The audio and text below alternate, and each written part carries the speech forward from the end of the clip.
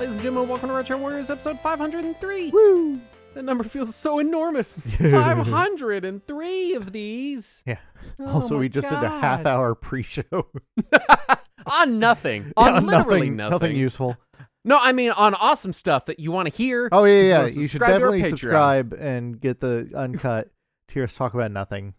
Anyway, as always, I'm your host, Justin Baker. As always, I'm joined by Viable Human, Chris Saturn. Hi, Justin.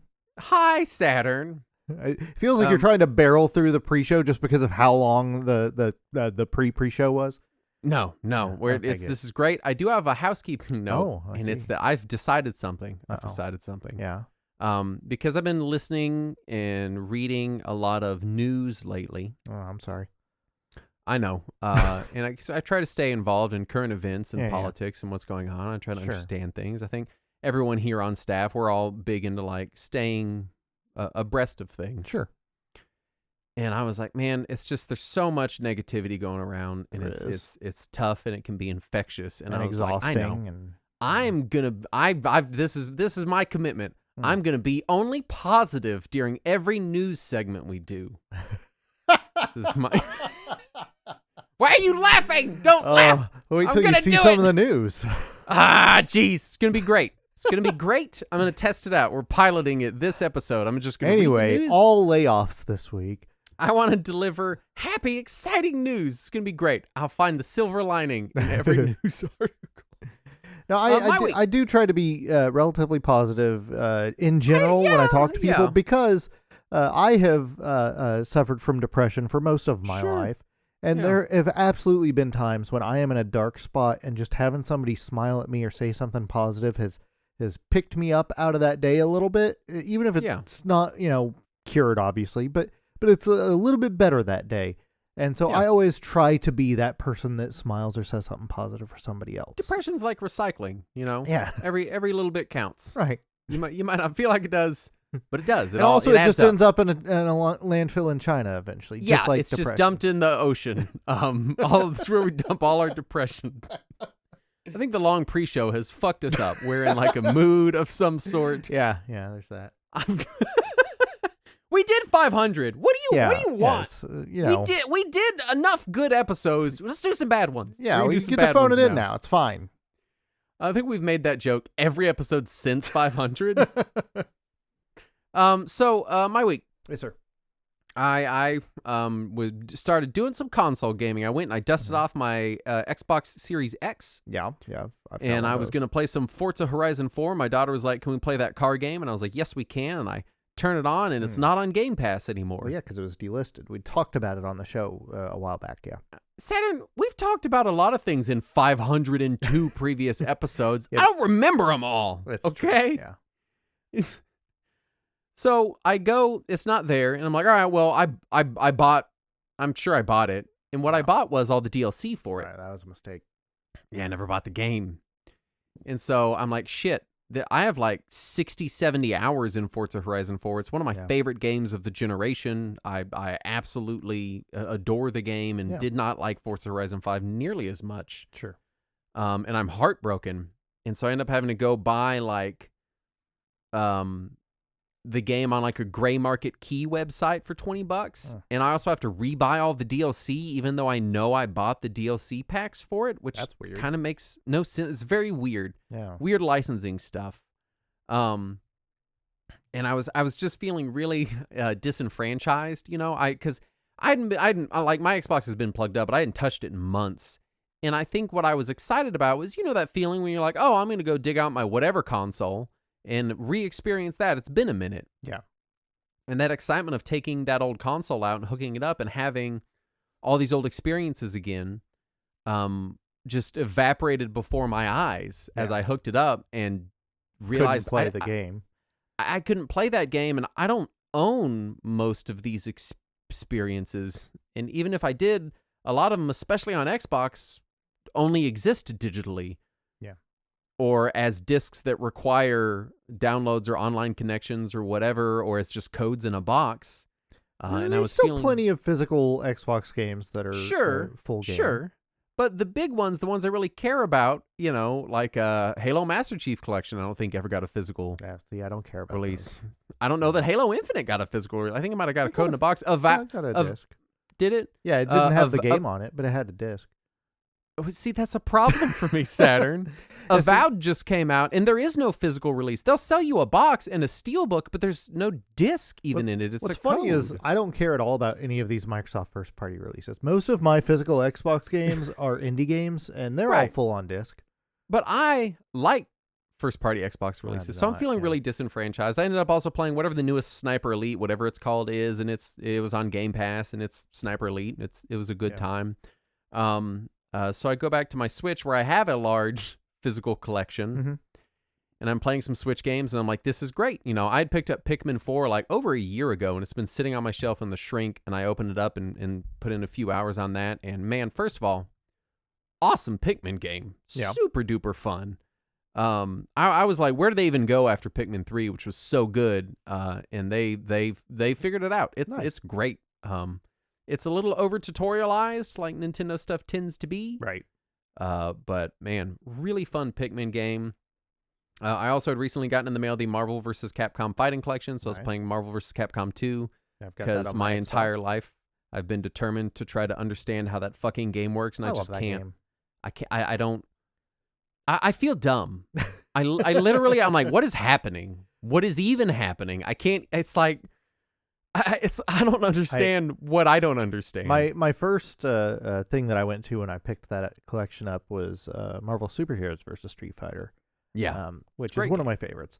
And so I immediately jumped to the Japanese version because that's the version I've played more of because I've got it on my Saturn. And I was so excited to see that Norimaru was there. I had heard that they had to cut him for licensing. Yeah. Because they had there previously, hadn't they? For in a previous release, the Marvel vs. Capcom Origins collection on PS3 and Xbox. But this one, he was there. I was so excited. I got to do my Hyper Strong Miracle Treasure and my Ultra Variety Private Memories. It's so nice. So I'm playing my Switch, and I'm like, this is great. This makes me feel good that because I buy a lot of Switch games physical. I've got at least a couple dozen, maybe 20, 30 digital games. I've got 120 physical games on my Switch. God. Oh, I thought you were saying digital. I was like, oh my God, that's a lot. I've barely bought anything digital on that. And so I was like, this is what I wanted from my Xbox was, I can just go sit down and play some games. Because my internet's also been up and down lately, and it's just been making me think a lot about like, what do I actually own? Yeah. The internet shuts off, a service shuts off, whatever. What do I actually own in my house? Right. And it got me looking into Xbox stuff, and it got me realizing that for all their faults, Sony is a lot better about releasing physical versions of games that have the game on a disc in the box. Well, it's also because the people who demand physical games the most are more likely to buy a PlayStation than an Xbox, which has led to that, where a lot of these like limited print companies and everything, they only release PlayStation versions. It also seems, I don't know what weird licensing stuff Xbox had for a little bit, but I have to feel like there were some Xbox One and Series X licensing related issues that led to lots of stuff coming out on PS4 that didn't get physicals on Xbox for some reason. Well, a lot of it was just that Xbox One and Series X sold so much worse than the PlayStation. Yeah, that's true. All this to say that my wife got a bonus, and it was Valentine's Day, and I bought a PlayStation 5. Nice. I know 5 years into the generation, so I'm what you call an early adopter, Saturn. Yeah. I got the PS5 Slim with the disc drive. Nice. And I was immediately shocked because, again, I'm not buying physical Xbox games because a lot of the Xbox games I like are first party, and they just aren't available physically. Right, yeah. But also, I buy a lot of Switch games. You can buy a physical copy. It's just not a real copy. Like, you can get Forza Horizon 4 right now for $15 physical, but it's mostly not on the disc. Right. If the game's if the disc is not the game, then there's no difference between having the disc or a digital version of it. Except for you can buy it used. Or if that's true. Or if it's download required, like 10 years from now when the shit's shut down and I can't download, it's effectively useless. Yeah, it's just trash. It's just trash later. It's just a collectible. And I was immediately shocked to learn that PS4 and PS5 games are fucking cheap. Yep. I mean, like, I bought the PlayStation, and then I spent like $160 on like 5 big, heavy-hitting PS4 and PS5 games, new, in the shrink wrap. Yep. And so I kind of was like, man, like I'm granted, PS5 is an expensive system. I mean, it's as expensive as the Series X, unless you're counting the Pro or really anything else Sony does, or any of the add-ons, or the Portal, or the special headphones, or any of the shit, right? Right. But at least you can just use Bluetooth headphones on a PlayStation. I can't. I was so excited that I use Arctis 7 headphones. I'm wearing them now. I use them all over my house. I have like 4 pairs. I could just plug them into my PlayStation and they just work. What the fuck is Xbox doing over there? Just make this shit work. It's funny to hear you finding all this stuff when I've been using PlayStations for this years. Whole time. Like, none of this is new to me.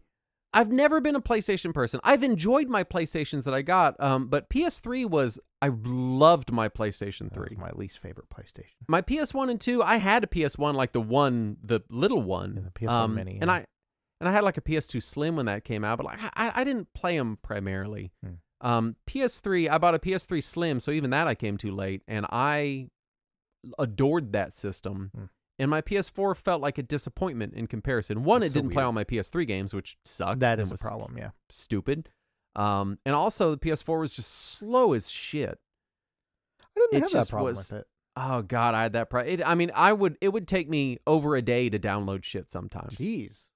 Oh, well, the network traffic is bad. But I didn't ever really download full games. I usually got this off I downloaded stuff all the time. Because I'd use physical all the time, so I just use the disc.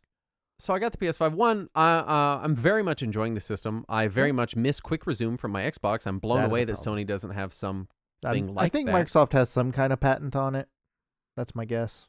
Yeah. I really do like the controller. I know I used a DualSense at your house, but it was for a couple minutes, and I didn't really get to spend time with it and play with all the features. Such a nice controller.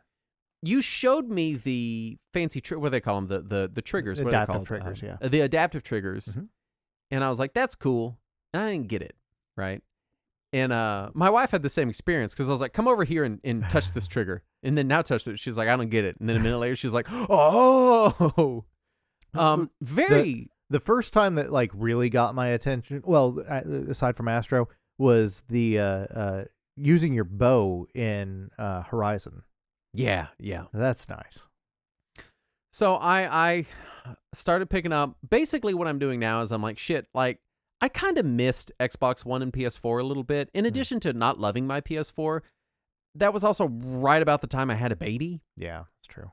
It's been that many years because I got married, and after I got back from my honeymoon, I'd bought my PS4, and then a year later we had a kid. Yeah, it's been almost 10 years since you had a kid, yeah. And so a lot of the Xbox One, PS4 stuff, I really just flat out missed it. And so I'm like, man, I need to catch up on this stuff because Xbox One, PS4 is cheap right now for anyone that doesn't know, or anyone that's like, hey, I should get stuff for the future. Now's the time to pick up those libraries because like megaton hits are like $9, $10, $15. So I'm just kind of playing catch up, and I'm just so shocked at the prices. Yeah. They're so there's low. No Switch tax, and there's no digital tax. I picked up Yakuza 0, Kiwami 1, Kiwami 2, 3, 4, 5 Remastered Collection, and 6 for $90. Physical? Yes. Yeah, that's about what I paid. Like, all together. All of them. I'm like, are you kidding me? Yeah, no, that's, this is part of the reason why I have kept with the PlayStation, even if it's not my favorite console, and I don't like the way Sony does a lot of stuff. I keep getting them because the games are there and they're cheap. Yeah. And the games are more often than not on the disc. Yeah. And so I've just kind of been like, shit, man, I need to catch up on PS4 and PS5 and, Xbox One and Series X generation games that I want to have on my shelf in 5-10 years that I want to have copies of, you know? And PS4 and Xbox One is really what got me back into modern gaming because I was so disappointed with the PS3 360 era. Yeah. And so it was nice to get to experience some games that felt like they're directed towards me again. And I felt like I kind of had the opposite trajectory, not for the same reasons. A lot of it was just I got married and had a kid. So that early generation, I was kind of out of it. And I was also, I heavily invested in the Wii U at the time. The winning console. Yeah, I had high hopes. Yeah. So there's some great games on Wii U. that are also on Switch. There are, I was about to say, there's almost none that aren't on Switch or coming to Switch, especially the Xenoblade Chronicles X coming to Switch. Anyway, all this to say, I'm enjoying the hardware. I really like the controller a lot more than I thought I would. I love the audio options. Yeah. For example, I plug my headset in, and it just outputs audio to my headset. I plug headphones into my controller, and it just outputs the game to my headphones. My Xbox, I was playing a game with Andrew on Xbox Live, and when you plug in a headset to an Xbox controller, it plays it on your TV and your controller. Yeah, that's true. And then you have to mute the TV. And then every time I would accidentally, I was having controller connectivity issues, and my controller would cut out, and then everything would go to the TV, and it would be Andrew yelling some dick joke in my house on my surround sound at 11 o'clock at night. Nice. I was just so frustrated. Yeah. But I'm really the PS4 enjoying... does that as well. There was a brief period of time when I'd first moved into the last place I was staying, where I didn't have a TV set up in my bedroom yet, so I was using my HDMI computer monitor for my PS4, and it doesn't have any speakers, so I was just plugging a little teeny tiny Bluetooth speaker into the headphone jack of my PS4 controller and using that to play games, and it worked. It worked fine. I do like the controller a lot. My only complaint is it's a little slippery. I don't have that issue, but I don't have it's a little slippery issues with most controllers. Yeah, it's a little smooth. I'd like some more texture on it, some grippies. I also use silicone grippies on most of my controllers, so I could get one for that. I'm a little shocked at how small the Slim is. Like, I've seen PS5s, and every time I see one in person, I'm like, that thing is enormous. The Slim is, it's small. It's a pretty small system. And also, I played all the way through Astro's Playroom. My daughter played a ton of it, too. Outstandingly fun game. Oh, yeah. Just phenomenal. Just not Astrobot. We haven't even fired that up yet. I'm like saving it. After how good Astro's Playroom was, I'm like, I'm gonna wait until I have like a Saturday. A little gap there. Did you get all the bots in Astro's Playroom? I didn't unlock everything. Okay. I unlocked a good chunk of stuff. They did add some stuff to it just before Astrobot came out as kind of a transition between the two. Yeah, there were like some hidden secret references to some PlayStation games. And I've got so many screenshots of stuff from it. I loved all the references. Not like this is what frustrates me about Sony. If we're just gonna do long early part of the show, because I guess this is in PS5 review mode now. Yeah. They had so many fun references to so many classic PlayStation franchises, and then you go in the store, and so much of it is just literally not available on PS5. Right. Yeah. You can't play any PS3 games. It's this shit's just not available. Huge chunks of the PSP library are non-existent. Like, a lot of it just isn't there. Between Astro's Playroom and Astrobot, there's references to all these like obscure, weird PS1 and PS2 and PSP games that I enjoyed. That I have when I look up the discourse online, it's a combination of why can't I play this on anything and what even is this? What is this weird old thing they're referencing? It's frustrating to see that much love, and then it's like, is that available? No, it's not. No. It's not. You can't do that. I do like playing around in the actual like playroom area where you get to jump around on the old consoles and stuff. That's just that's great. That's a good time. I also anyway, it spurred me to take out my PS3 because I loved my PS3. And so I've got my PS3 and my 5 hooked up. And so between those two and my PS1 Classic and my deck that plays PS2 games, because there's like 4 PS2 games I give a shit about, I've basically got everything on lock. See, my PS3 is basically a PS2 with HDMI out because there's tons of PS2 games I love, and there's like a PS3 game that I care about. God, I love the PS. Here's what I don't understand. Where the fuck is Fat Princess? That's a shame. Where the fuck is that game? It's on PSP. You can still buy it on PSP. Fat Princess was one of my most played PS3 and PSP games. Fucking adore that game. Where is it? Where is it, Sony? You referenced it in Astro's Playroom. Where's the game? All right, I'm being positive. We're being positive. No, you're not. Maybe it's coming soon. No, it's not. Maybe it'll be a surprise. Astro's Playroom is almost 5 years old, Justin. Oh, shut up. Anyway, it's what I found interesting, and this will be the end, I swear, and I'll quit talking and let you talk for a minute. What I found interesting was the disparity, how different Xbox felt from PlayStation 5 this generation, And I don't know if it's just me or that I came to them both late or what, but like PS4 and Xbox One didn't feel as different to me in so many ways as PS5 and Series X feel to me, which I didn't expect. These days, if you were to ask me, I would say that they feel very homogenous these days. And I don't know if it's by virtue of I'm playing different games or after different titles. It could be a lot of things. But just features wise and usability wise and lineup wise, it feels pretty different. I mean, we were just talking straight software. Yes, 80% of everything is on Xbox, PlayStation, PC, and then Switch if it'll run it. Once I'm in game, I rarely think about the difference whatsoever. Like they feel the same to me once I'm in game. I end up thinking about it a lot just because I'm using a lot of little features on my PS5 that I didn't think I would use. You know, like I know I said I'd shut up. This is probably my favorite feature of the PS5. There's a microphone mute button on the controller. Yep. And if you hold that button, it also mutes the television. Yeah. And I use the mute button on my TV, I don't know, 20 times a day, maybe. I almost never use it. My wife has ADHD, and so if there's noise going on and she's trying to speak to me, it like fries her brain. Like she can't not pay attention to the noise. And so anytime she comes in the room to talk to me, or like I'm getting up to do something because I have a big 5.1 surround sound, I mute my game because I don't want it bothering her or whatever. Fair. And being able to, all right, I'm going to get up and go pee. I don't have to find the TV remote or anything. I just hold the button on my controller, set it down. Everything's muted. Yeah. I can leave and come back. Nice. Has been the killer. Not a feature I would ever even on paper be like, oh, that's amazing. And I discovered it on accident. And I was like, oh, my God. This is the greatest thing that's ever happened. I think I spoke up the DualSense in our controllers episode. Oh, yeah, definitely. Ago. You definitely did. Yeah, you definitely did. Fan of it. Except for its battery.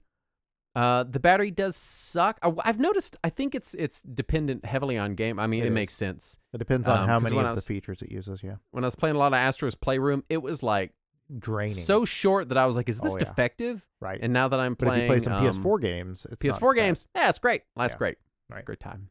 Anyway, what have you been doing, Saturn? Hi, Saturn. Hello, you're on this show too. Hi. Actually, I'm sitting here holding my DualSense controller right now, just because I was trying to for comfort, gauge based on what you were saying, and I like the texture on it. I think it's a nice. Anyway, the white part is the slippery part for me. It's a slippery the rear white part is textured. I like that. The front white part is not textured, and I can see what you're saying. That's a little slippy, but it's a little slippy. My hands are always so dry that it doesn't matter. It could it's be not bad. It could be like polished marble, and my hands wouldn't move on there.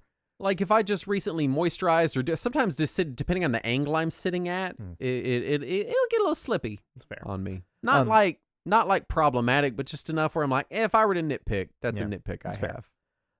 So I'm still chipping through the Pixel remasters again on my Xbox. I got into FF6 now, and it's still good. I just got through the opera scene. I'd forgotten that it was FF6 is still good. What? I know, it's crazy.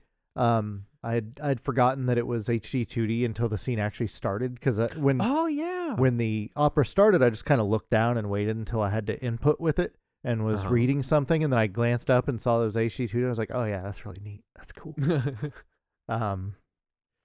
But yeah, so I'm going through that. I'm doing the thing where I'm trying to get all of the things to have like a definitive, complete save file on my Xbox. Yeah, and that means getting all of the rages with Gao, which, man, that takes forever. It is because it's not just the actual process of grinding through and getting them all on the Velt. You have to have gotten all of the correct formations in the rest of the game to have unlocked them on the Velt, which means no matter where you are, no matter what area you're in, you've got to have a checklist going of, did I get the right formations here to get everything later? Yeah, fuck that. And so it's a bit of a challenge, but I enjoy that kind of checklist mentality when I'm playing a game, so it's fine. Yeah. But also, I got some flashcards. So when at the beginning of the year, when I was a little worried that there may be some tariffs or political things that could affect prices in the world. There's definitely some concerns there. I decided at the beginning of January, I'd go ahead and order some flashcards off of AliExpress just in case. Yeah. Because it's a thing I've been thinking about doing for a while. I figured now's the time, bite the bullet. And I'm glad I did, because they've already gone up in price. Yeah. And so I got my 2 flash carts. I got one for Super NES and one for TurboGrafx. And between the two of them, grand total, I paid $80. And oh, wow. of that, 74 of it was for the Super NES one. I thought you were going to say shipping. No. The shipping was like $2. Okay, yeah, there you go. It's like nothing. Anyway, so I got these, and the TurboGrafx one works great. Does everything that I expected it to be able to do, which is play every HuCard game. Mm-hmm. And it came bundled with an SD card with every HuCard game. And even nicer. It was all preloaded, pre-formatted, but the folder structure was god awful. So I had to pull the SD card out, put it in my computer, rearrange everything, put it the way that I want it to be. And now it is all back on there and it plays fine. The only thing it can't do is CD-ROM games, but I can. It does have the system card as one of the ROMs on there, so I can just load that to load my CD-ROM games, which is you also great. burn CD-ROM right. Yeah, games, I can just burn a game if I need to. Whatever. Not a big deal there, but it is nice. It is nice to have them all in my Turbo at all times without having to ever change the cartridge, and also to have some of those obscure games that I've never been able to afford or find. Yeah. So that's nice. That's really nice. Excellent. There is a hotkey you can use to go back to its menu to mid-game. That's nice. And it does per game save RAM, and also there's you can set favorites and stuff. But anyway, I also with the flash card, with both of them actually, because I bought them both from the same seller. They came with little cards that said, "Do not update the firmware, or your flash cart will stop working." That's the opposite of the purpose of firmware. Right. So these are clearly knockoffs of official EverDrive flash carts. Right. But whatever knockoff hardware they're using is not fully compatible with the firmware. But they do work. The Super NES one I was really impressed with because most people say to go with the FX Pack Pro for Super NES if you want full compatibility with all the different weird chips that there are for the Super NES. Yeah. And this is a knockoff of that. And the official FX Pack Pro is like $250, $300, something like that. Yeah, it's high. And this one was like $75, and it has worked with everything I've tried on it. It works with the fan translation of Star Ocean. It works with Street Fighter Alpha 2. It works with Super Mario RPG, with Yoshi's Island and Doom, and all the different weird chip games I've thought to try on there. It worked with the Star Fox 2 ROM that was ripped off of the Super NES Classic. Mm-hmm. And all of it's worked fine. It also has the per game save RAM, and it's got the cheat function built in, and the favorites folder and everything. And it also came with an SD card that had the entire Super NES library on there, including the fan translation of Star Ocean. I didn't even have to load it; it was already there. So that was very handy of them to include these totally legally ripped. It's the upside of getting emulation devices off of AliExpress. They usually come with all the pirated shit because they don't care. Yeah, I still formatted that memory card and loaded it with my own curated Super NES list because that's too many games for me.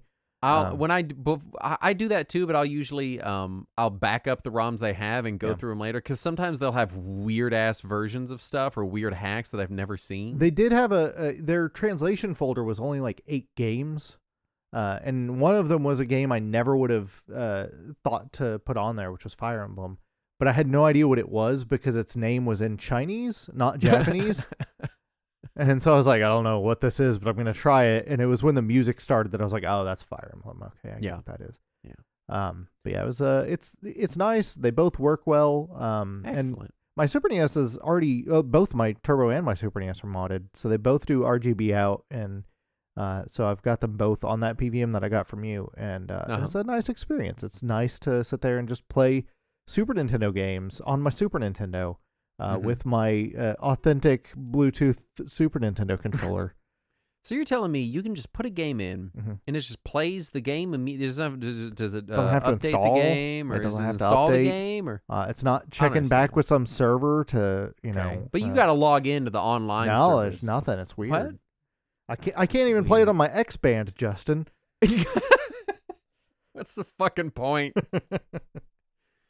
All right, let's do the news. Yes, sir. The positive, upbeat news. Totally positive. New PSP custom firmware allows the console to connect to WPA2 secured wireless networks for the first time. This is huge. Yes, I'm very happy because about for anyone that doesn't know, if you have a PSP, it probably won't connect to your router because they use modern encryption methods, Right. and it was made in the long ago. And DS is even worse because DS doesn't even recognize WPA1. You have to use the other one, WEP encryption for DS. PSP homebrew hacking firmware scene continues to be extremely robust. Absolutely. I'm very, very, very happy about that.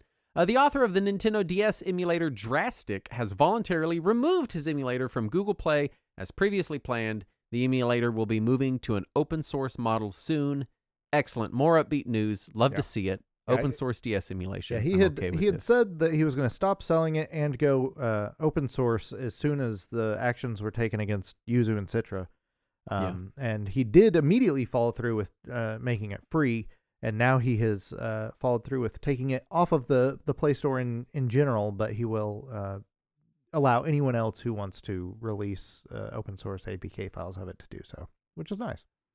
Xbox sales are falling to new lows with only 2.7 million units sold in 2024. This makes no sense to me because everything is an Xbox. That's true. If you count blenders, the sales numbers are higher than 2.7 million. You think blenders are selling that hot in 2025? No, but I think it's more than now. Yeah, I bet there are more blenders sold than Xboxes. Oh no, that hurts. That hurts. Look, how are you going to make your power juice out of an Xbox? As someone who owns an Xbox and just recently got very frustrated with my Xbox because I just didn't use it for a few months, and then I felt like I had a box that didn't do anything because I didn't own anything. I don't know. Maybe there's something there. I don't fucking know. I don't know.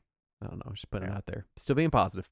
New sales figures show that 49% of new consoles went to households earning at least $100,000 per year. I'm guessing this is U.S. only. And also, do we know the previous numbers? So this beat the previous high, which was last year, which was 48%.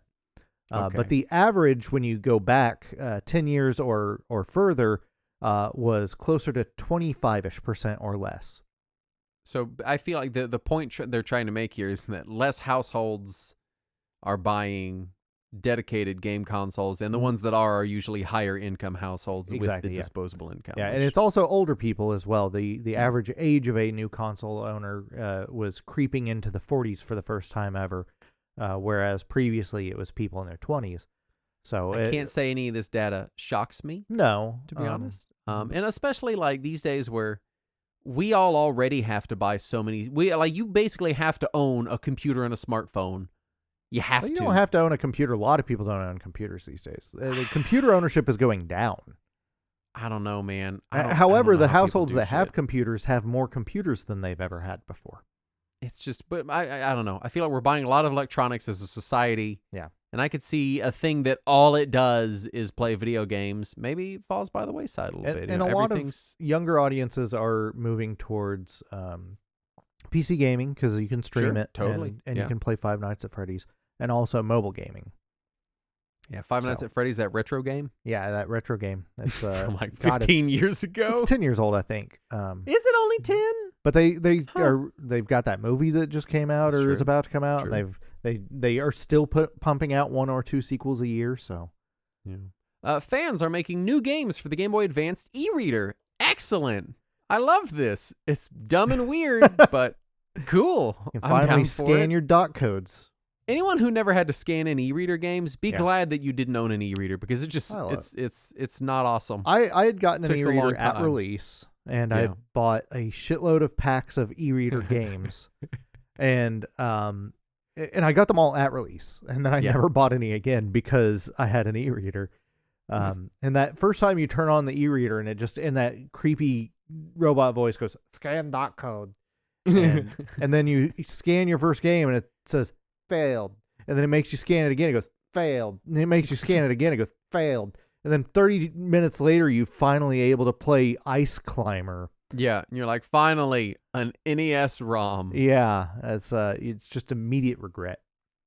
Square Enix is removing Final Fantasy Crystal Chronicles from sale on iOS After they are unable to fix a bug related to monetization, they know they made it, right? No, it's impossible, Justin. There's Do they know that they made this? They made it very clear there was nothing they could do, Justin. How fucking stupid. It's impossible. All right, we're being positive. It's good that a thing that doesn't work is being taken away. So let me tell you what doesn't work in it. Oh, God. It's that people who paid for the game or its DLC cannot access any of the paid functionality of the game. So they're robbing people. And so they decided they're just going to stop making it available. And refund those people, right? They're just going to stop making it available. And give them their money back. This is robbery. No, they're just going to stop making it available. Just God damn it. It used to be available, so they did sell you a thing. So they're not going to give you your money back. But it's not available anymore, so they're just going to take it away. Fucking Square Enix. Why are you like this? Now, you're being positive, Justin. Square Enix, I wish you weren't like this. I don't... Fuck. Next item. Yes, sir. Nintendo will be ending the My Nintendo Gold Points program in March. Existing points can be redeemed for up to 1 year. Yeah. It's so cool that we can get a year to redeem them. This is a great, awesome thing. So for people who buy their games digitally, you will immediately stop getting your gold points in March, which means no more future discounts on digital games. Notably, that's just before the big Switch 2 conference in April. Yes. Also, for people who buy physical, any games that are produced after that March period will not get gold points at all. Any prior games that are still eligible, because keep in mind, even if you buy a physical game, it only redeems gold points for 6 months after the game's release. So if you buy it a year after the game came out, you get no gold points for your purchase.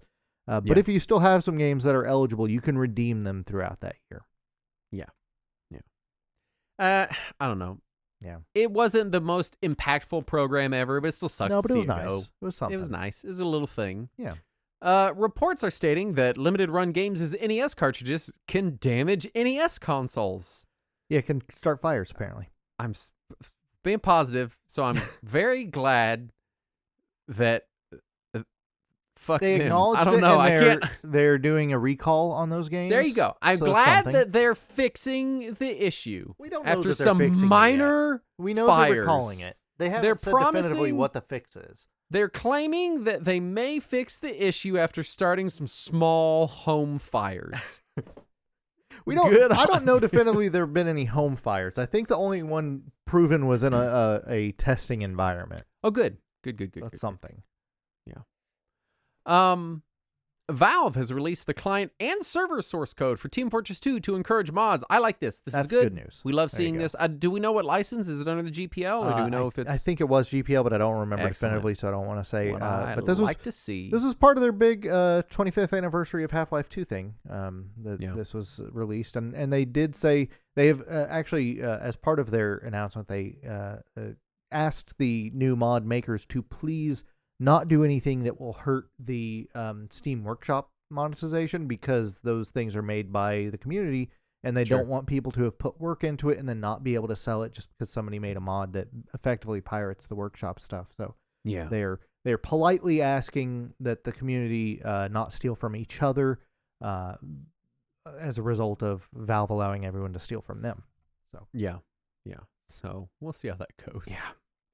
Microsoft unveils Muse, a new AI model for game development. Hooray! This is a very positive thing. I like games, and they will make games with this. They will, yeah. Also, Microsoft CEO Satya Nadella confirmed they've made basically no money on AI, which a negative person might wonder why they're unveiling new AI technologies if they've made no money off of it. And also, why do they keep shoving it in everyone's faces? These are all great questions that one might ask, but we're being positive. I'm not. I never said. Okay, well, good. Here's a positive thing. Samurai Pizza Cats is getting a new game. And as a huge Samurai Pizza Cats fan, you're the one. I know we both are, I'm very excited to see this. I don't know. And the game looks fun, and it does seem to be based on the American version of the show, which eventually got ported back to its home country of Japan. And some of the original translators or original makers of the show had said that they liked the American translation better because it's dumb and weird. I know for people that don't know, it was a children's cartoon show. It was basically like, what if Ronin Warriors, but robots and cats, right? And they delivered pizzas. Nice. It was brought over here by, I think Haim Saban brought it over here. So I think Saban Entertainment did it. And when they brought it over, nobody kept the original tapings or any of the scripts or anything in Japan. So they brought it over and they were like, hey, just watch it and see what you think is happening and write the script for it. Nice. And they had some details, but very little. So they basically just made it up after watching the untranslated show. And it's great. It's a dumb, silly show. I was looking it up just now because I know nothing about it, and I landed on the Wikipedia page for the series that spawned it. And yes, the original Japanese series is called Cat Party Ninja Legend. What the heck?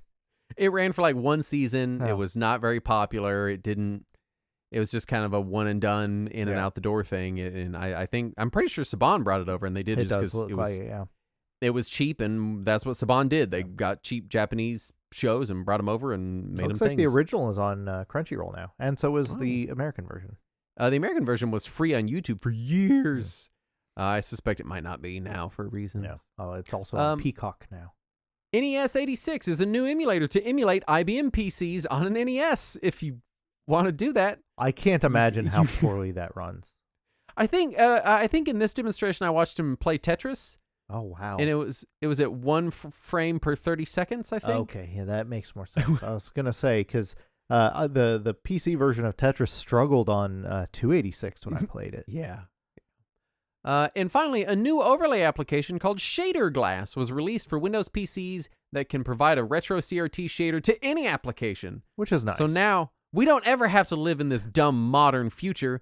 We can scan line and vaporwave everything we have on all of our monitors. Finally, we can play Cyberpunk 2077 the way it was meant to be played.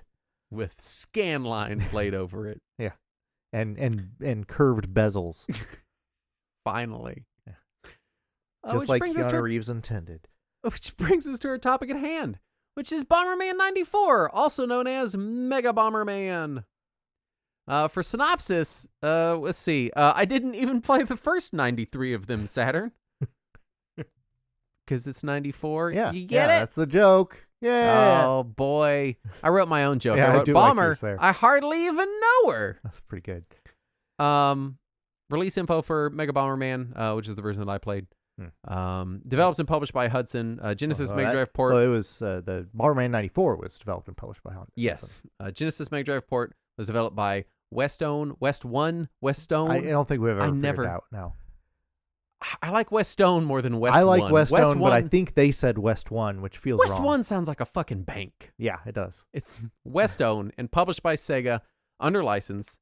PC Engine version came out in Japan in December of 93. Also released for the Super CD-ROM as Bomberman 94 Special version.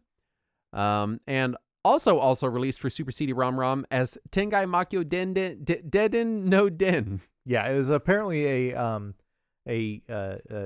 skinned version of Bomberman 94 with Far East of Eden characters. Okay, yeah. I like that. They Super Mario 2'd it. Yeah, basically. For their own country. Yeah. They Super Mario 2'd themselves. Yes. Mega Bomberman came out in PAL territories November 94. A month later in North American territories, maybe. Or it came out in 95. Who knows? It was Genesis. Yeah. Is this came out in South Asian territories 95? Yeah. South America. Pardon Very me. different than South Asia. Published by Tectoy. Yeah. North American version released in September 97 as part of the Mega Hits series. Yeah, that was the second version of it, re-released in North America. It was on the Virtual Console in 06 through 09. It was on the Wii U Virtual Console. It was in the Microsoft Store for Windows 8. I've got that version. And it was included on the PC Engine and TurboGrafx 16 Mini. Yep. Which you could purchase for like 1 minute. No, you could purchase it for like 3 months. That's true. It was available for a little. It just feels like a short amount of time because it's no longer available, and people still show up in the Discord. It was widely available, and then it vanished. Yeah. Yeah. I feel like it went so quick. I know it's just because we weren't paying attention to it, but it feels like it's like, yeah, this thing's everywhere. No, it isn't. No, it lasted a lot longer than any of the Nintendo Minis did. Well, yeah, but those things, God, Nintendo Minis. You know, I wish they'd make more of them, but I also don't miss us running around the Metroplex at fucking midnight trying to get them and standing in line. And then fighting for months to get a controller. Oh, that did suck. That did suck a lot. Yeah. First encounters. I played neither Bomberman 93 or 94 before I picked up my PC Engine a few years ago. But I did play both after getting it. Yep. At the time, I don't know. I had also, not long after I got my PC Engine, picked up my Sega Saturn. Neither of which I have now. But I also picked up Saturn Bomberman, and I so vastly preferred that. Well, it's the sequel to this. Right. So 93 and 94 just felt kind of simple, you know, like they're fine. I played NES Bomberman on my GBA back in the day. It's one of my favorite GBA games. And it's not a very good game. So I like the Bomberman gameplay loop of Bomberman either. 93, 94 just never got much play from me because I had Saturn Bomberman sitting on my shelf. And so it was like the souped up version of them. So yeah, and it never really gave them the time of day that they deserved. We were a big Bomberman household. And my parents would competitively play the first one on NES, which is not a multiplayer game. But they would just compete or they would see how far they could get and then write down their scores and challenging each other to it. Yeah. And then when Bomberman 2 came out on NES, which was actually after this, I believe, that was a big deal in our household because it was 3-player and we could all play Bomberman at once and aggressively and often with a controller thrown at somebody. Yeah. Especially if my mom lost.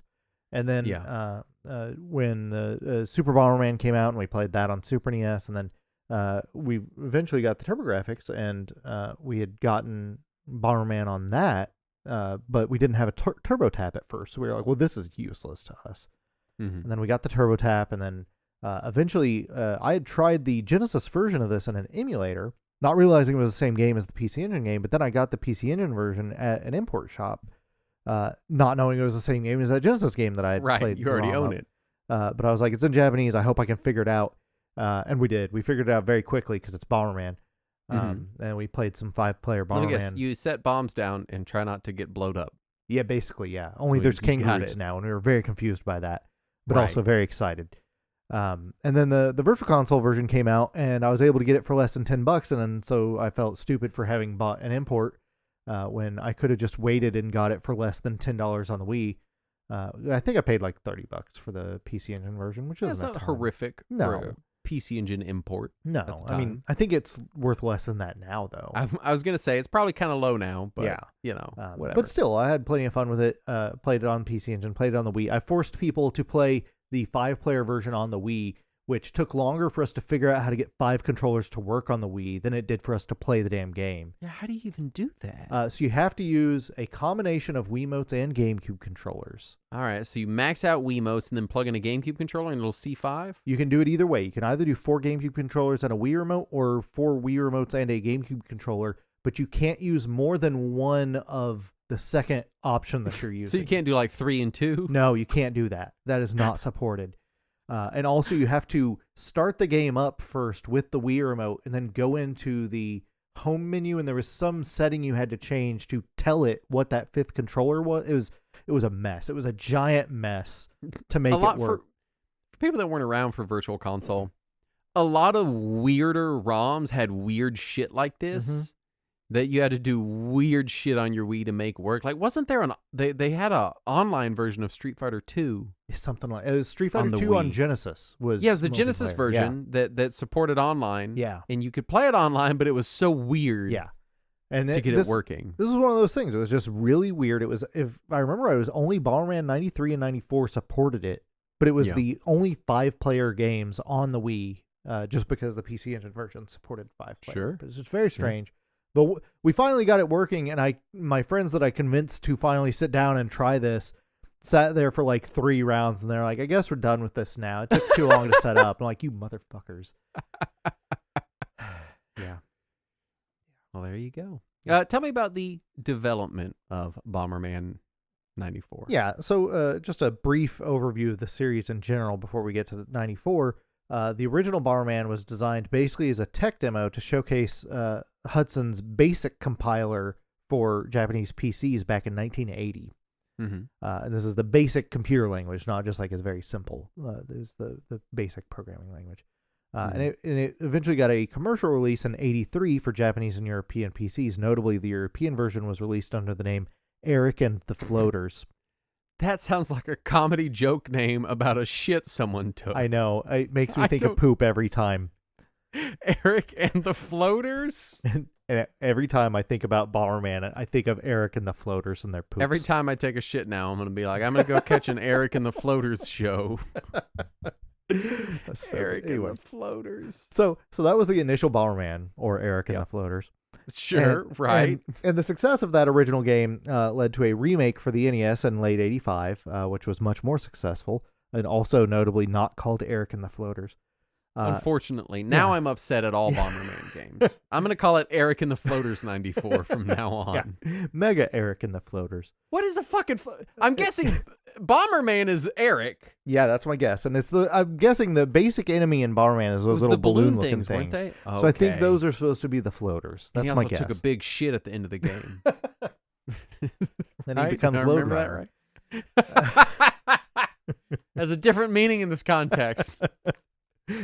He's running the floaters. He's got to run those loads, Saturn.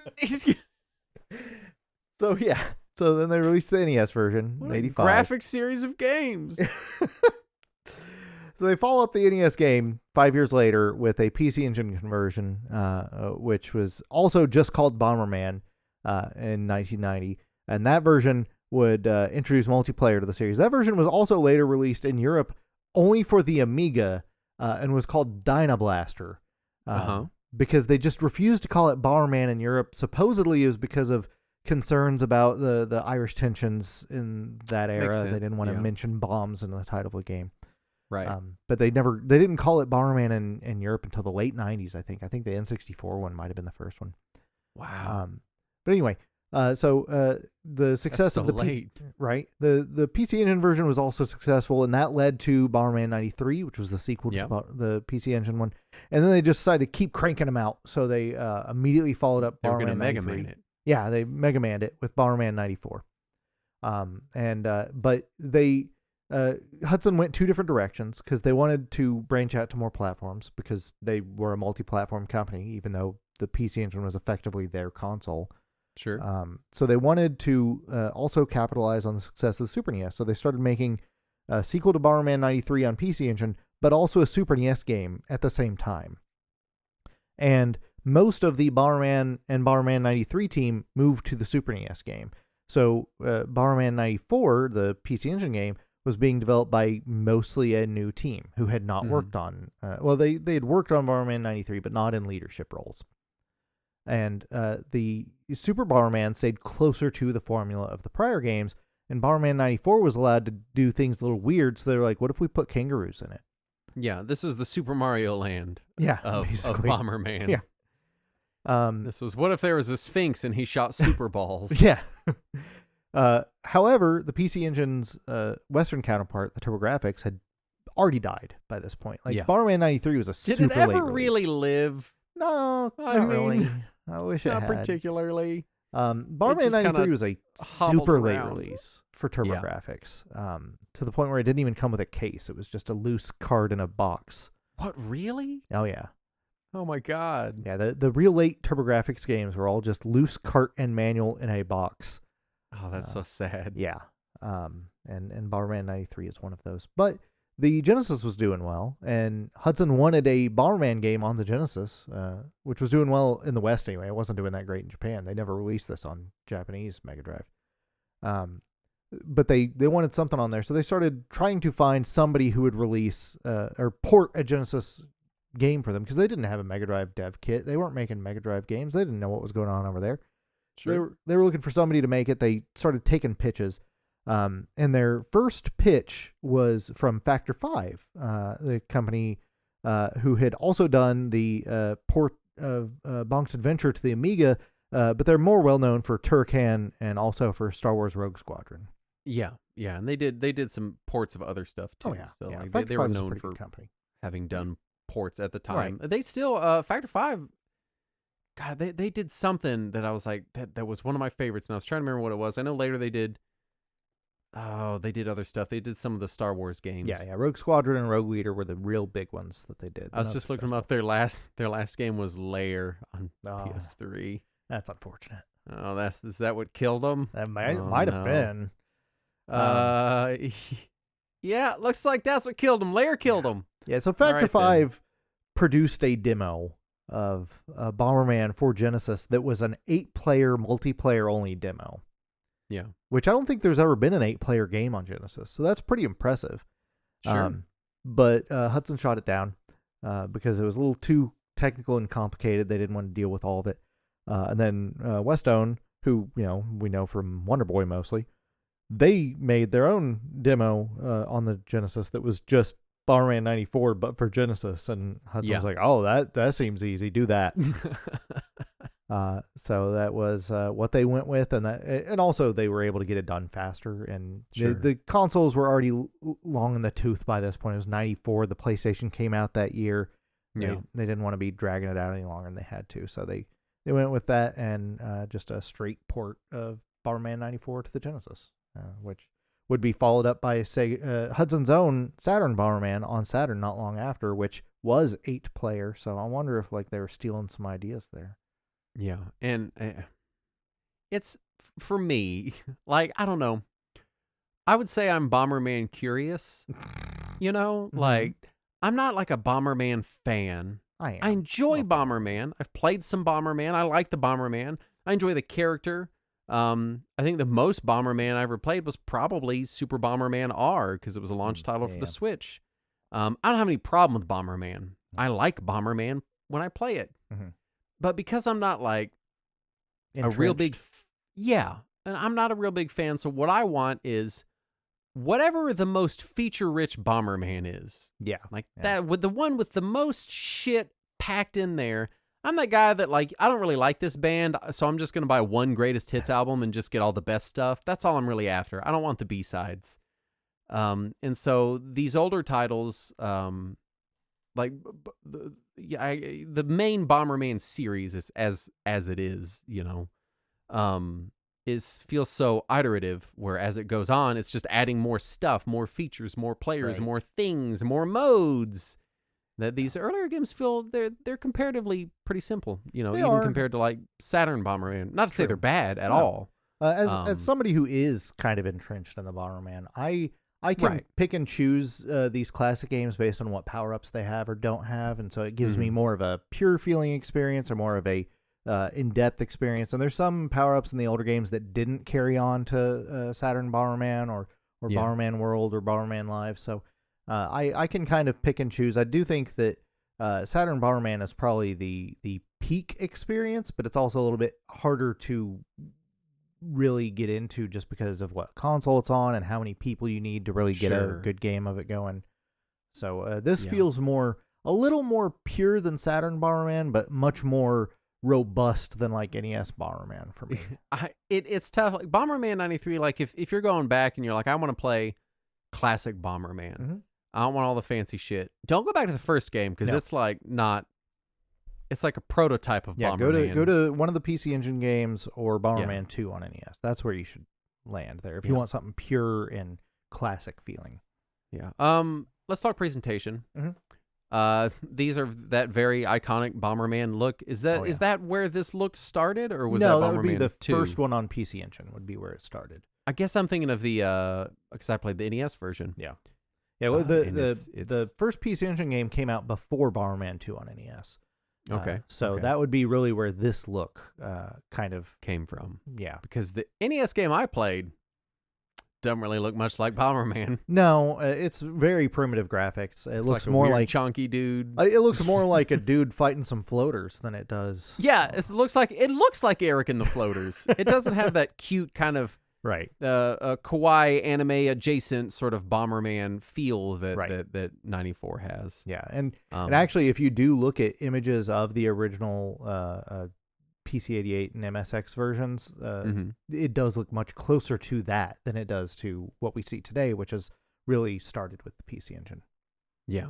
So I think this is I like the art style in this. It's classic Bomberman to me. Like in my head, this is what he looks like. Yeah. I didn't notice the soundtrack so much. I did notice how cute all of the enemies were. And how frantic so many of them look and terrified to be there. Some of them look just terrified to be there as I did. Especially when they explode. They always do the shocked face when they're exploding. Yeah. And there's like a bird in the second world that just looks fucking terrified to exist. Well, it should, because there's a lot of bombs around. I feel that bird's existential energy playing those levels. So everything is super cute. Oh my God, you sent me the cover art for Eric and the Floaters. What the fuck Indiana is Jones. This? Indiana Jones getting attacked by zombies? What is this? This has got to be the cover art for the episode. If it didn't have the little Hudson bee on there, I would not at all believe that. I was wouldn't legit. believe it. No, not at all. Oh my God. Why are his clothes painted on? I don't know. None of it makes sense. Jacked as shit in his skin tight outfit. Anyway. So I do love the music from the old Bomberman games, and this is a good one. The composer was Jun Shikuma, and she had been composing since the NES port of the first game, and she continued to compose for the series up through the turn of the millennium, and I love the little catchy music she makes. Yeah, it's Bomberman's never like I'm gonna listen to it in my car, but it's cute, catchy tunes. Oh yeah, and especially the multiplayer music is good. It's good music to get angry at each other too. Yeah, and I appreciate that. Let's talk gameplay. Okay. How does this compare to Bomberman Act Zero, Saturn? Just gameplay wise. I would say better. If I had to sum it up in one word, it is better than Act Zero. What if you were to sum it up in many words? Much better. Excellent. Than Act Zero. I love this. People that have never played Bomberman, I think this is. I'm convinced why you like it, because Bomberman is like, hey, what if a single screen puzzle game was more action oriented, but still a single screen puzzle game? Yeah, it's that. And this is why it clicks in Saturn's brain. It's like, just give me Lolo, but make it like a little more actiony. But that's it. Yeah. What if Lolo with explosions? Yes. Yeah. So as far as your standardy Bomberman-y stuff, it checks all the boxes. It's got all the Bomberman stuff. You got bombs. You start in a maze, you blow up walls and lay bombs on a grid. Sometimes there's power-ups under the walls, and then you get them, and then you don't die. I'm trying to remember and I know it's not a good comparison, but the only game before this that I've put any real time into is the NES version. Yeah, it was the 85 Bomberman. Completing those levels, you had to kill all of the bad guys. Was that what it was? Yep. You kill all the you get rid of all the floaters. Yeah, you kill the floaters, and you uncover the exit, and then you can leave. Take the exit. And the thing is, in all of Bomberman games, generally until I think Super R on Switch, and even then I can't remember. But in all of them prior to that anyway, if you bomb the exit, it spawns more enemies so that you can't leave until you've also killed them. Now, this one, you have to destroy these little pylons. Yeah, it depends on the level. Some of the levels you have to kill all the enemies, and some of the levels you just have to take out the pylons. Okay. And then uncover the exit and leave if it is covered. Yeah, and that's basically it. Yeah, for single player anyway. That's the I mean... So, because I didn't have the opportunity to play this multiplayer because you can play with bots. No friends. It has bots. In physical. Does it? Yeah. I didn't know that. I didn't even try it because I was like, I don't have anybody to play with. Yeah, going back to the first PC Engine game, it lets you set bots for multiplayer in all the Bombermans. I will say, going into this episode, I was excited, and then I played through about half the campaign, and it wasn't bad. Yeah. It was just kind of simple and samey. Yeah, I think the campaign is since the first PC Engine one, the campaign has always felt a little phoned in. Like it's just there to have something to say that there was a single player mode. And whereas the multiplayer is obviously the main attraction. I didn't finish it, and I kind of put it down. A lot of it is also just that Bomberman, especially single player, because nobody else is uncovering the maze except for you. Right. is kind of slow. It does tend to get a little monotonous if you're trying to find a power up or something you haven't found it yet. It can take some time. So you're the only person uncovering the maze, and sometimes depending on how it's laid out, it also would. But I know we're skimming over power ups, but we'll get back to it. It would sometimes spawn me into the maze in the direct path of an enemy. Yeah. In the campaign, which felt like very non-Bomberman design. Like the whole point of Bomberman is start safe. That's the rule. I'm supposed to be safe. No, you don't always start safe. Even going back to the first, the first NES one anyway. I haven't played much of Eric and the Floaters, but going back to the NES one, you don't always start safe. Sometimes you can start trapped with an enemy, and you have to quickly react to drop a bomb and pivot around so that you're not in the same path as them. It's not common, but it can happen because the mazes are always quasi-randomized as far as the brick placement. I did like that there were boss fights. I thought that was cool. Yep. I like the very first one is a monkey controlling a giant banana. Yes. And you have to defeat the monkey, not the banana. Yeah. Which is the secret tip for that boss. Pro tip. I spent a long time trying to kill the banana. And then I was like, oh, I can hit the monkey? Yeah. And then, it was game over. Let's talk power-ups. Tell me what all power-ups are in this game. And obviously, we've got the basic ones that make your explosion bigger and they give you more bombs. Yeah. Those are the two that are in like every Bomberman game. Is explosion big and extra bombs. Yeah. And also roller skates is in basically every Bomberman game. We walk faster, right? Yeah, that just lets you increase your speed. You also have the line bomb, which is where you double tap the bomb button and all of your available bombs just immediately are dropped right in front of you. Mm-hmm. Which is extra fun in multiplayer. That's my favorite power up in multiplayer because for some reason people never see it coming. No. You also have your phase brick where you can walk through bricks. That's a single player only power up. Your kicky boot power up, which lets you kick bombs, which is also one of my favorites always. Your remote control, which I believe is single player only as well, which once you have it, your bombs won't detonate until you press the button to force them to blow up, which is my absolute favorite power up for single player. And if I die while I've got remote bombs and have to go back to not remote bombs, there's a good chance that I'm turning off the game for the day, and that is where I stop because I'm angry. Right. You got your sandals, which decrease your speed, which were, I think, introduced in 93 or 94. They might have been in the first PC Engine one, but they're definitely from that era. Then you got your ability to walk through bombs, which is also super useful, single player only. You got your life heart, which lets you take a hit of damage without dying, which is super useful. Mm-hmm. You got your clock, which just freezes all the enemies on screen for a moment. You got your 1-ups. You got your fireproof vest, which is amazing because then you can just stand in explosions, and if you just keep on tapping the button, it just makes explosions appear from underneath you until you inevitably die because you didn't realize it was about to fade off. Right, you timed it badly. Yeah. Been there. And then your multiplayer power-up, I guess, is the skull, which has various bad effects and can be spread to other bombers by touching them. I love getting the herpes and giving it to other people. It is my favorite part about multiplayer Bomberman is waiting for the skull to show up, grabbing it, and then giving it to everyone. It is the part of Bomberman that I hate the most. It is the chaos power-up. Because, well, like, whatever part of your brain you need to do Bomberman, I don't have that. So it's like I feel like I'm doing multiplication and everyone else has their times tables memorized and I'm using my fingers. That's what Bomberman always feels like to me.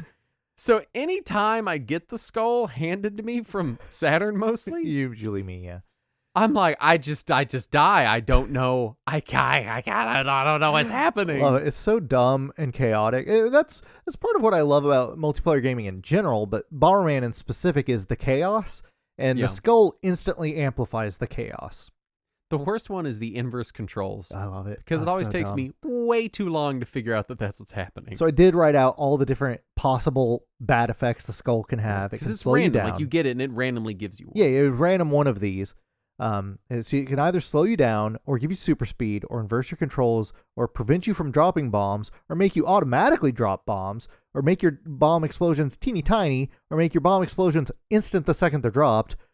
make your explosions very slow, where you think they should have gone off already, and it's still there, and you go up to figure out what's going on, and then it blows up. Fucks with my brain so hard. There's the effect where it just makes you automatically walk forward whether you want to or not. And then my favorite one, where the second you touch the skull, you instantly swap positions with somebody else, so neither of you know where the fuck you are for a second. So it's so good. If you have instant explosions, don't you just die the second you place a bomb? You do, and if you're in the range of another bomb, all those other bombs also instantly explode and potentially take out everyone. How would you know that you had it? It's random. Because you'll instantly die, effectively. If you touch a skull and an explosion immediately appears from underneath you, the second that you drop a bomb, you had that. You're already dead. Yeah. You just didn't know it yet. Yeah, you're dead the second you drop a bomb. Yeah. Yeah. Let's talk Yoshis. Yes. Bomberman Yoshis. So their names are Louie.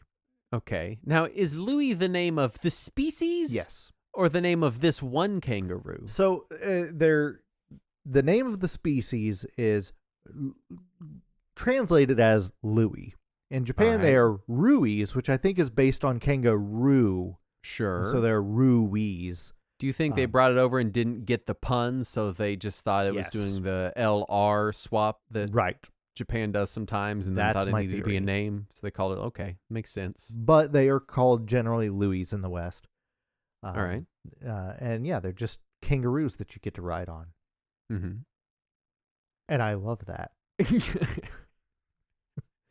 So they all have their own different powers based on what color they are, much like Yoshi. Right, much like Yoshi's. You pick them up from eggs, just like Yoshi's, because just like dinosaurs, kangaroos are birthed from eggs. Right, as we all know. We all took kangaroo biology in third grade as required by the state of Texas. So if you get hit while you're riding a Louie, the Louie dies instead of you, which is tragic and sad and makes me want to turn the game off. Yeah, same. I save state, and then every time I lose my Louie, I'm like, fuck you, and I load. Yeah.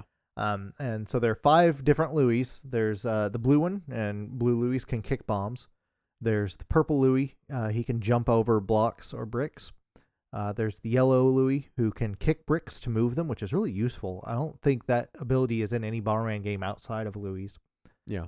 There's the green Louie, which can run really fast across the room for no reason. And then there's pink Louie that stands there and dances like an idiot. What is the purpose of the dance? It stands there and dances like an idiot. So it's useless. Correct. It's the useless Louie. Right. It's the failure Louie. It's the extra hit point Louie. That's what pink Louie is. Yeah. Just don't accidentally hit the Louie button or you'll be standing there dancing like an idiot. Yes. So it locks you into the dancing animation. It's not like... Not for very long, but yes. You don't have to stand there for the entire long dance. Is critical in Bomberman. Right. You don't have to stand there for the entire dance, but you're standing there for at least a moment. Oh my god. Enough for the dance to start. And then I think maybe I'd be okay with the pink Louie exploding. I think. Yeah. Basically, it's the failure Louie, because you don't necessarily know what Louie you're going to get before you jump on the egg. Sure. And so sometimes you get a pink Louie and you're like, ugh, I got pink Louie. But at least it's an extra hit point. So it's not a complete failure of a power-up. It's just the worst of the Louies. Also, because the PC Engine controller only has 2 buttons, there weren't enough buttons to have the dedicated bomb button and the Louie button and the remote detonation button for when you have the remote detonator. So you can't remote detonate bombs without also simultaneously using your Louie's ability. So if you have pink Louie, you can't detonate your bombs without dancing. Maybe that was the intent. Maybe. And also on the Genesis controller, despite the fact there's a third button, they didn't remap it. So you still have to dance if you want to detonate your bombs. Good job. Yeah. Good job, Westone. Yeah. I want to read the story. Okay. Sounding, you took this straight from the Bomberman wiki. I did. There is a story for the campaign. And this may have been grabbed from the Genesis manual. I'm not certain. Yeah. The inhabitants of Planet Bomber lived in peace, protected by 5 spirits until the evil bug leader Bagula in the Mega Bomberman port and his robot army approached via an artificial comet. I think we call artificial comets spaceships. Yeah. I think that's the definition. Yeah. The spirit pictures, the source of the spirit's magical power, were destroyed, splitting Planet Bomber into 5 pieces. Bomberman must reassemble the spirit pictures in each area in order to restore Planet Bomber to the way it was, all the while defeating the robot army. This time, Bomberman's companion Louie can provide a helping hand. That's kind of all of the story. Yeah, and also, I don't know that Bomberman is well known for his reassembly skills so much as his explodey skills. Not the guy you hire for that. No. I'd pick really anyone else in video games than the much. guy who's the only person worse would be Bombjack, whose hands are bombs. That's true. Yeah, or Wrecking Crew guy. He just Crew guy. Yeah, those would both be pretty bad. Basically, you go through you got 5 worlds, and then there's a final zone, and they're all kind of themed. Yes. In different ways, as games tend to be. Yeah. I think I played through to the sea area before I kind of lost my interest. Yeah, but it was cute. Yeah. There were too many levels in each area for me though, and I was like, I'm kind of okay. What I did like was a lot of the single player arenas were like multi-part areas. Yeah. So you'd go through little doors to go to the next zone, which I thought was cool. Yeah, and then eventually started taking a really, really long time. It does. The stages get bigger, which means that they take longer and it can wear on you. Yeah. I didn't look up the final boss. What does Buglier look like? I don't remember. It's been a handful of years since I've played this single player. I mostly just play multiplayer. I want to know. I'm just going to Google Buglier. Sure, that'll come right up. This did not remotely find it's just the regular Bagura guy. He's in the Super Bomberman R games as well. He is a recurring villain. He's bald guy with beard and cape. Okay. Yeah. All right. Do you want to step us through the multiplayer features of this? Sure. So there's a handful of stages. You got your normal stage, your underwater stage, your conveyor belt stage, forest, snow, Europe, which is a theme, I guess. Right, European themed. Yeah, you got your snow, your forest, your Europe, whatever. The one country of Europe. Yeah, the country of Europe. That one homogeneous place. You got your ancient castle, your magma, your speed stage where you go really fast, and then you got your bush stage where the bushes keep growing. Yeah, I would love to talk to an interior designer that's like, what theme were you thinking of for your house? And I was like, I was thinking Europe, conveyor belts, and or bushes. One of those kind of where we were. Maybe the bathroom can be bushes. Yeah, maybe like the pee in there. Forest. Yeah. Or electric. What are your call? I don't know. You're the designer. You tell me. All right, tell me the modes. Yeah. So the it's standard Bomberman modes. But you can also do not modes. The things, the dudes. The bombers personalities. You got your AI personalities. Yes. Your standard, your single player, or your human controlled is all just regular bombers. But for AI, you've got your named bombers, and they have personalities based on which one you choose. You got your standard Bombermans, and then you got Grandpa Bomber. That's his name. He's got weak offense and strong defense. You got Big Bomber, who's fat, and he rushes to get any power-ups that are uncovered. Okay. And is easy to trap because you just have to wait for him to grab it and drop a bomb behind him. You got Bookworm Bomber, who is supposedly a strategist and seems to play just like regular Bomber, so far as I can tell. Then there's Bomber Lady, who the Genesis manual's quote for her is, holds back on offense, but don't underestimate her. Because she has bombs. Yes, she has bombs. I can't figure out what's different about her. She's Bomber Lady. Then you got Kamikaze Bomber, who, quote, has no regard for his own life. So he dies instantly? Is that what you mean? No, he's just more reckless. Okay. He will drop bombs even if it means taking him out with you. Yeah. There's Construction Bomber, who will completely ignore all other bombers and just try to take out as many bricks as possible. That's how I play. I like to call that Saturn Bomber. There's Bond Saver, who is also listed as just aggressive in the manual. I don't know what he does. And and then there's Tiny Bomber. He does aggressive, Saturn. Yeah. And the Tiny Bomber, who's listed in the manual, is moves rapidly and likes sudden ambushes. I can't figure out what makes him any different than all the other aggressive ones. They're just aggressive. They have all these different bombers, and most of them feel the same to me. I suspect they might be the same. A lot of them on might the be the code same. in the code. You know what I mean? Yeah. But it does give slight variety to CPU battle. Just having bots at all, I didn't realize the game had bots. Oh, yeah. I put a few hours in and was like, well, I can't play multiplayer, so no, I guess I'm done now. Yeah, if you'd gone to that screen, it would have immediately just said, man, com. Now I feel stupid. And that was that way because you have to remember the PC Engine has one controller port. True. Yeah. And so a lot of players who bought the game would only have one controller and one controller port, and you don't want to lock half the game. So and also the controller cord was 3 inches long. So. Yes, 3 inches. So you're right there holding your console the whole time. Also, you can still play multiplayer on a Turbo Express, just against computers. Yeah, that's true. That's kind of all there is to it gameplay wise. It's kind of. I did put the names of the single player zones because of how stupid they are on the Genesis version. So the first one was Jammin' Jungle, and then Vexen Volcano, then Slammin' Sea, which I've never considered the sea to be slammin' before.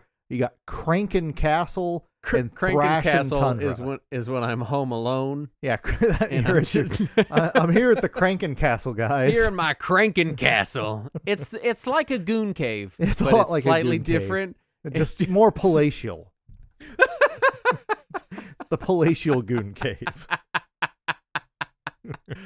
That might be an uncut reference. I don't know if regular listeners were privy to that joke or where it occurred originally, so we might just sound like absolute freaks right now. But yeah, I call it my Crankin' Castle. What's the next one? Oh, that was all of them. That was all 5. Wasn't there one after Crankin' Castle? Oh yeah, Thrash and Tundra. I said it, but you were talking at the time. I'm sorry. I was too excited about my Crankin' Castle. As far as reception, you couldn't find any reviews for this, right? I found none. I dug through several anyway. months of Gekkan PC Engine magazine, and I found a bunch of ads. I found contests. I found features. No reviews. They never once talked about whether or not they liked the game, just that you should buy it. It's just there, and you could purchase it. So here you go. Genesis version, just okay. Really? Yeah, it's a lot of 3 out of 5. It was late. It was 94. Yeah, it was 94. Found some 6.5 out of 10 reviews. You have to remember, this is going up against Virtua Racing with its special chip and everything. Yeah, I could definitely see, I mean, especially if it came out, because we don't know exactly when the Mega Bomberman came out in North America, but if it was like later 95, like some reports say, then man, some of the stuff it's stacked up against is like some truly next-gen looking shit, and then here's just kind of pretty good Bomberman. Some more Bomberman.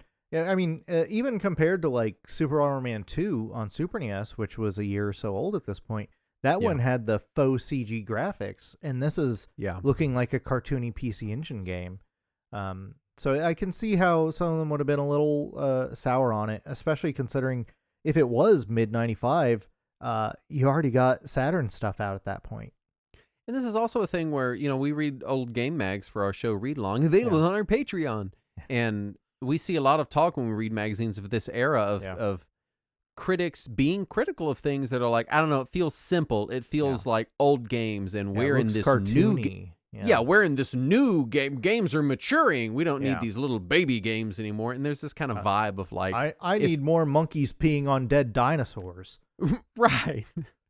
There's this vibe of like, if this isn't next gen, then it's old. Yeah, if it's not either next gen or edgy, then it's baby stuff. Yeah. Is there any legacy for this game? I mean, they kept making Bomberman games. That's true. They did continue to make Bomberman games. I would say Saturn Bomberman is the direct legacy. Yeah, I mean, it's the immediate sequel. The weird thing to me that I had a note in the notes here is that even though the Genesis version is in English and the PC Engine version is not, every time they've re-released the game, it's always been the PC Engine version internationally. On Wii Virtual Console, on Wii U Virtual Console, on PS3, I mean, there on could be a licensing Windows 8. thing, right? Possibly. It could be a licensing problem. Weird. With Sega. But either way, I just find it kind of strange. They keep re-releasing it on, Windows 8 store, and it's still the PC Engine version every time. As far as final thoughts, I feel that maybe appropriately for Bomberman 94. One, I was playing single player Bomberman, and there's only so much fun to be had there. Yeah.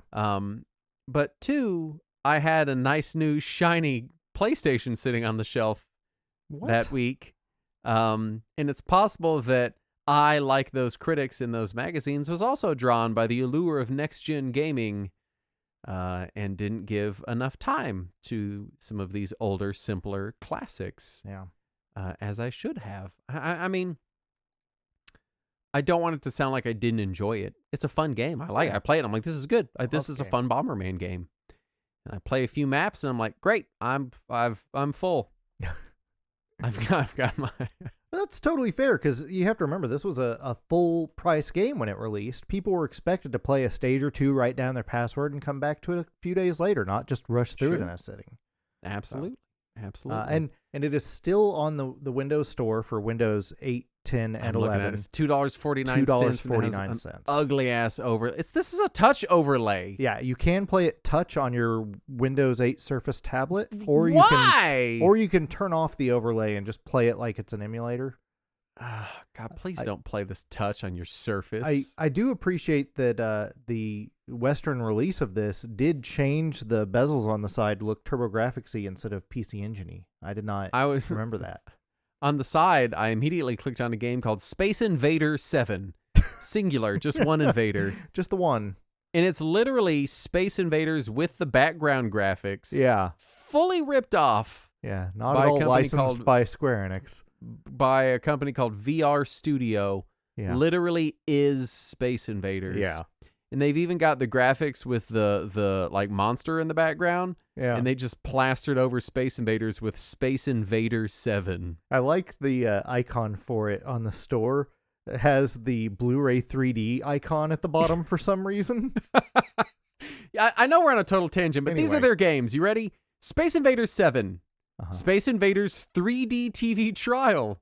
Space Invaders Deluxe Part 2. Space Invaders 7 Trial. Space Invaders Dot Matrix Special Demo. Space Invaders Deluxe Part 1. They're all literally just Space Invaders. No, that's not true. They also have Body Bird and Asteroids Origins Geometry Wars. What the fuck? God damn it. Yeah. Clean up your fucking digital storefronts, you goddamn corporations. Right.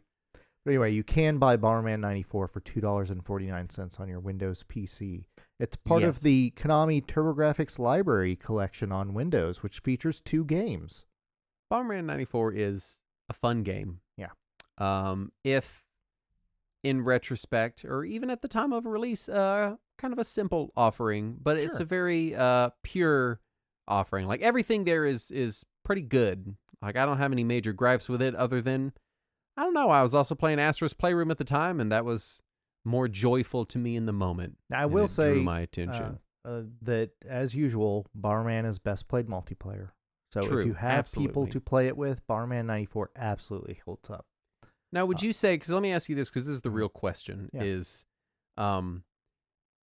presuming you have people to play with, and you have every Bomberman available, is 94 the one you would gravitate toward? I tend to lean towards, depending on my mood, either 94 or Saturn Bomberman or Super 2. Those three. And so that's pretty high praise. Yep. You know, I mean that's really the question is, if given the option of multiplayer bombers mins, then is this the one you'd choose? And if it's in the running, then that's pretty good. If I've only got 4 or 5 people, I usually go this over Saturn Bomberman. Saturn Bomberman I tend to do if I have more than 5 people. Yeah. So. Yeah, I could see that. Well, but Saturn Bomberman I can play as Bonk. That's true. You can play as Bonk in that one. So I think it kind of wins for me. I think it kind of wins for me right there. That's true. There is that. I get to be a little caveman kid, cave kid with bombs. With bombs. And historically accurate cave bombs. If you want to be a little cave kid with historically accurate cave bombs, you go to our Patreon at patreon.com/Retro Warriors, where you can get things like us talking for 30 minutes about our doctor visits. Yeah. We're so old. We're getting so old. We talked about other things eventually. I don't remember what they are anymore. Yeah, no, they're gone. I've forgotten them because of my advanced age. I can't remember things that far back. Yeah. You can get Talking Wizards. You can come hang out with us and watch us read old game magazines and then listen to the podcast we make about it. It's called Read Along. It's a really fun time. You can get exclusive access to the Talking Wizards Discord channel we have in our Discord, where we mostly talk about cereal. I was clicking on it to see what we were recently speaking about, and it's movies. Yeah. So there you go. We have a Patreon. Sometimes mummies. Yeah. And we will gladly accept your kind money, as we've done for the following patrons, starting with Gorthum. And J-Dog here. Video Rangers Podcast. Higgles and his Ice Cream Cats. Shinobi. I think that might be the sequel to Eric and the Floaters. Nico. Finally. Norman. Petros. Tamachan87. And Discraft. All gave us money, and Yay. You can too. You can also, we don't say this a lot, but you can, if you just want to give us a couple bucks, then we have a Ko-Fi page. Yeah, There's a link in our link tree in the show description if you're like, I don't want to fucking subscribe to you guys like your underwear or deodorant or dinner or whatever else people subscribe to these days. I just want to give you $1 because you're cool. Yeah. Then we'll take that $1 at our Ko-Fi page. But if you do want to subscribe for less than the cost of Bomberman 94 for Windows 8, you can listen to Talking Wizards. There you go. Yeah. That's true. Talking Wizards. So when I posted on Patreon, it's like, hey, do you want to give this to certain tiers? Because sometimes people subscribe and they'll give like 75 cents a month or something. Yeah. Which is technically below the $1 range. Right. And I always just say all paid patrons. So technically you're supposed to pay $1 for Talking Wizards, but if you pay less than $1, then I'll still give it to you. I don't care. We don't care. I'm like when you go to the donut shop and they give you the bag of donut holes, even though you didn't ask for the donut holes. Like, I don't care. I already punched the holes out of the donuts. I'm going to give them to you. I already recorded Talking Wizards. I'm going to give it to you when you come to the shop. The lady at my donut shop not only gives me a bag of donut holes, but usually a apple fritter and 2 or 3 random free donuts every time I go in there. God damn, that lady likes you. She's so giving sweet. Away money. Right? Oh, man. One of my local donut shops shut down. I'm heartbroken. It was the good one. Oh, that's a tragedy. My town has no grocery stores and 1 gas station, but we have 5 churches and 2 donut shops. Well, at least you still got the 2. Something. Anyway, thank you so much for listening. We'll be back next week. And as always, let us cling together.